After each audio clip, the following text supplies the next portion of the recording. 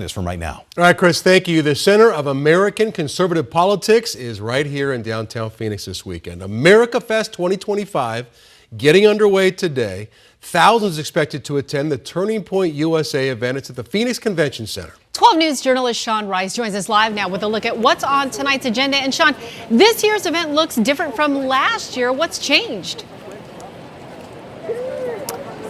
Yeah, there's one major change, Tram and Troy, and that is that Americafest 2025 right here in downtown Phoenix. This is an event they hold annually right at the end of the year in mid to late December, but it is the first without Turning Point USA founder and CEO Charlie Kirk, who was assassinated back in Utah in September.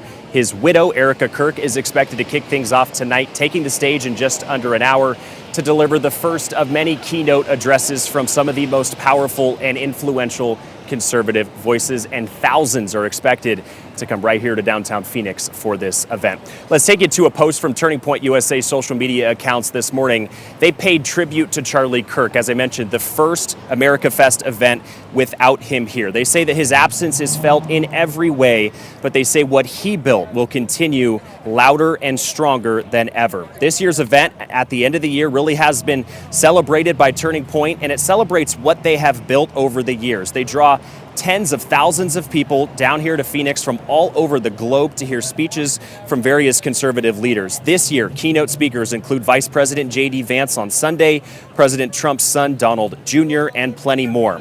Today, I spoke with some people who were coming in and entering the event this year. They told me there's many things about Charlie's influence that stand out to them most. The two biggest, his ability to debate, and secondly, how he put his Christian faith first.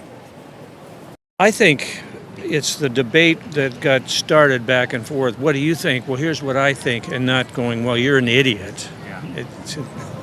And that's what I see in the school I'm working at, is that they're interested in each other, and not that we agreed with each other, but they get a debate going, and it's not angry. But I feel like there's a lot more of a deeper meaning than just political. I think there's a lot of faith-based things that are very important for a lot of this generation and other generations to know about.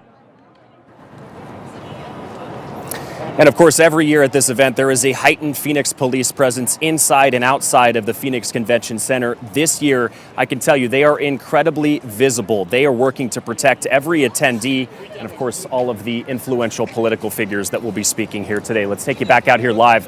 As you can see, people entering the Phoenix Convention Center, thousands expected to attend. There's some marked Phoenix police officers there on scene. As I mentioned, just an incredibly visible police presence. Multiple people I spoke with tell me they're grateful for that. The last thing they would want to see happen is a response to the political violence we saw in Utah, the assassination of Charlie Kirk. So they're hoping that the next 4 days, Thursday to Sunday, will remain incredibly peaceful here in downtown Phoenix. Back to you guys. Yeah, you know, and I'm curious as to how these speeches are going to go tonight. You have to think that Charlie Kirk is going to have a massive presence, right, at this event the entire weekend. Yeah.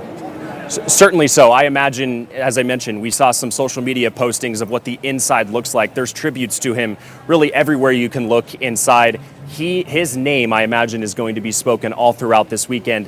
He's personal friends with a lot of these conservative leaders that are speaking. He's personally, in years past, invited them to come talk about their viewpoints and address all of these folks. So I imagine his name will be at the topic of everybody's conversation. Back to you. All right, Sean, thank you.